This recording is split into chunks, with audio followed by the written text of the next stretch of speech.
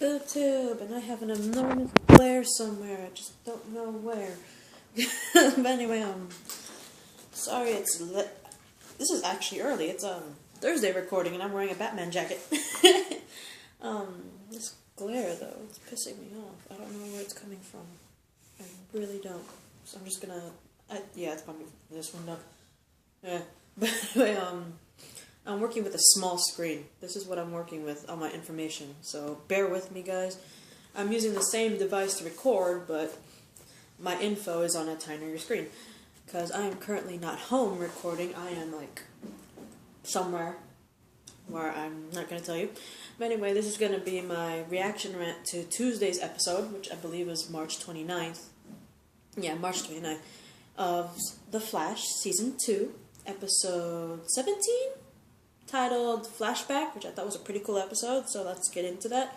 Hang on. I'm gonna move my info where I can actually see it. But anyway, basically Barry decides to travel back in time, approximately an entire year, to talk to the Reverse Flash, Eobard because he believes, Eobard could teach him how to be faster than Zoom, because we all know Eobard was fast, right? So they deduct that the best time for Barry to travel back in time is when Hartley Rathaway was attacking the team. If you remember Rathaway, hang on, wait. Rathaway. He was a former employee and mentee to Dr. Harrison Wells, aka Eobard Thawne, and he was kicked out of his own parents' house because he came out as a homosexual, which I feel for him on that one. It's like, oh, why you gotta kick him out, man? You can't accept your son? Come on now. But anyway, when the particle accelerator exploded, when you first hear about, like, Rathaway, that when the particle accelerator exploded, his hearing was enhanced to, like, a superhuman level, to the point where he's, like, in constant agony because it's, like, ringing in his ears, right? So anyway, he develops, like, a sonic wave weaponry in order to exact revenge on Wells because, Wells, I think, had him fired or something like that. But anyway, he started targeting the Flash because he saw the Flash's Wells, aka Thawne's new protege. So he also creates implants for himself that serve like hearing aids to pretty much dull the sound, the aching sound that he has, because he has like superhuman hearing now. And also it's also like a discreet weapon. If I remember correctly, he appears in the 11th and 12th episode of the first season, mainly to get revenge on Dr. Wells by ruining his reputation, and then also reveal the risk of the particle accelerator exploding. But even though he got captured, he managed to escape. But before he leaves, before his departure, he actually revealed to Cisco what happened to Caitlin Snow's fiance, Ronnie Raymond, the night the particle accelerator exploded. And that, because of that information, it led to the team learning what happened to Ronnie and learning that he's alive and, finding him, right? If I remember correctly, his parents also make an appearance in episode Revenge of the Rogues, something like that. And he's only mentioned by name, but it says that, all I know is that his parents do make an appearance, and his name is mentioned in the episode Revenge of the Rogues. Also, Cisco uses Sarah Lance's sonic weapon, that little thing that kind of looks like an air freshener that Sarah Lance had when she was the Canary, and uses also components from Rathaway's weapons, those gloves that he has, to make a ultrasonic collar for Laurel Lance, aka the Canary Cry, right? And also, I am gonna do a reaction rant to this episode, but Pied Piper, aka, Rathaway, is mentioned in the Supergirl episode, which I will tell later on, but he is mentioned in a Supergirl episode. But coming back to Pied Piper in this episode, he comes back because, Barry time travels to that time where he's attacking a year ago. And, yeah, it's pretty cool to see him back again, in all honesty. I really like the character, and I like what they did with him. In the comics, Pied Piper had a flute. If you guys remember, he had a flute, guys. So, hang on, what other powers did he have in the comics? Hang on. Yeah, here you go. Hartley Rathaway, aka Pied Piper.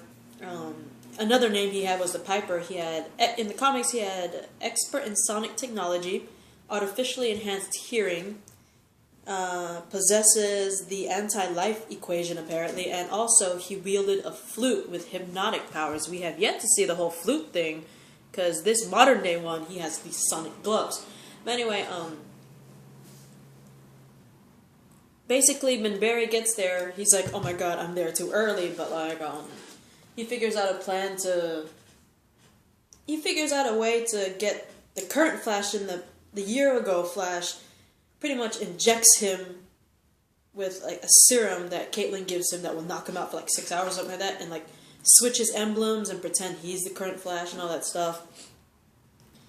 Mainly, to get Eobard Thawne to help him solve the Speed Force equation, right?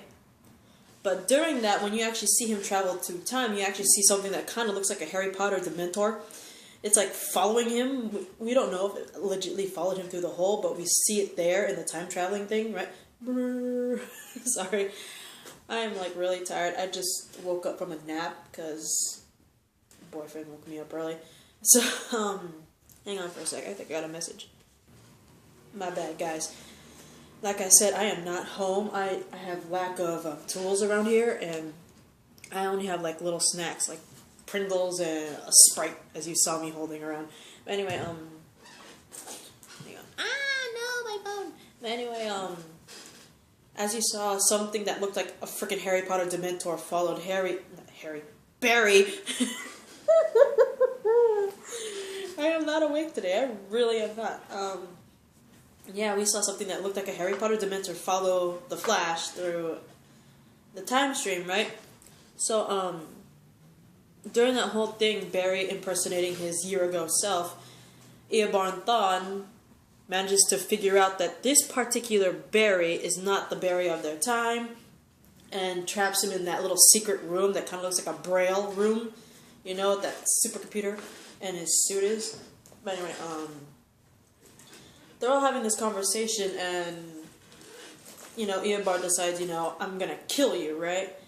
But Barry, he manages to convince Eobard Thawne that his plan succeeds in the future, like, Barry pretty much lies to Eobard Thawne, saying, because pretty much Eobard Thawne naturally concludes that because the future Flash is here, his plan does not, succeed, and all that stuff, and he doesn't get home and all that stuff, which is technically true.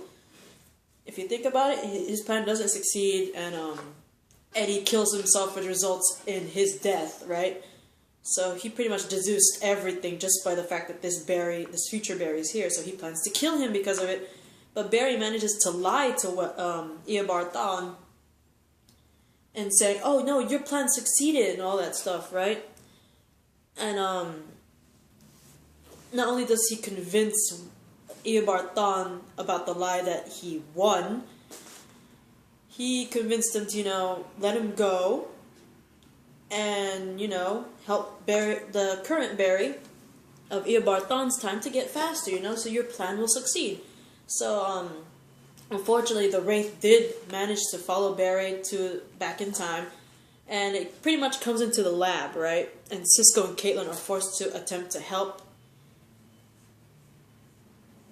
Well, not attempt to help, but like at the time the Wraith came into the lab, both Cisco was talking to Hartley at the time at the particle accelerator, and Caitlin was like, in the main room. She runs all the way over there to Cisco and Hartley, and because the Wraith is there, Cisco and Caitlin lock themselves with Hartley inside the particle accelerator, and they reluctantly accept help from the captured Hartley to pretty much deter the Wraith, which is pretty funny because it was pretty cool seeing Hartley actually help Team Flash, although it's kind of reluctant because, all three of them were trapped inside the particle. They locked themselves in the particle accelerator, and he really did not want to get killed by the Dementor-looking thing, so he's like, let me help, I don't want to die, right? And it was pretty funny because they did make a Harry Potter reference, because the moment, all three of them are in Hartley's little prison, and like the creature comes at them, he says, "Holy Harry Potter," and I thought that was like the funniest thing to ever say, because one, the thing does look like a Dementor from Harry Potter, and two, Hartley kind of looks like Harry Potter. So I thought that was pretty funny. And seeing him actually use his gloves to pretty much use the speaker system all around Star Labs to get this little Dementor looking thing away from them was a pretty cool thing to see. I didn't know that he actually can control the speakers in Star Labs using his sonic gloves, which I thought was a pretty cool thing to do. I didn't even know he could do that. It didn't show that he could do that when we first see Hartley, so that was pretty sick. But anyway, Caitlin, Cisco, and Thawne Wells. We're calling him Thawne, okay? A year ago, Wells was obviously Thawne, so I'm calling him Thawne. Ooh, someone in trouble. But anyway, and current Barry, well, not current Barry, but they are united with their Barry from their time who arrives, because obviously that serum only worked for like 6 hours, so apparently 6 hours were up, right? And forcing, unfortunately, our Barry to pretty much force an explanation of the time traveling event, and the fact that the Wraith, apparently it's also called the Time Wraith because Eobard Thawne told Barry what it is. So he has to get back in time. Our Barry literally has to get what he needs, which is the equation for the Speed Force from Eobard Thawne, go back in time and try to get this Wraith to go with him, right? So, Wells manages to provide Barry with what looks like a thumb drive or something from his little computer that apparently he says is part of the Speed Force equation.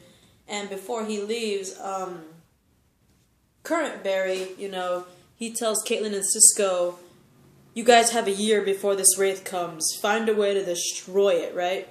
So as Barry goes through the particle accelerator to do the whole speed thing and open up the breach to go back home, the Wraith is all chasing him and everything, but he's not fast enough. And I just realized I'm starting to run out of time. This is so bad. I think this is the first time in a very long time where I'm going to have a second video to an episode of Flash. So I'll see you guys in the next video. Oh my god.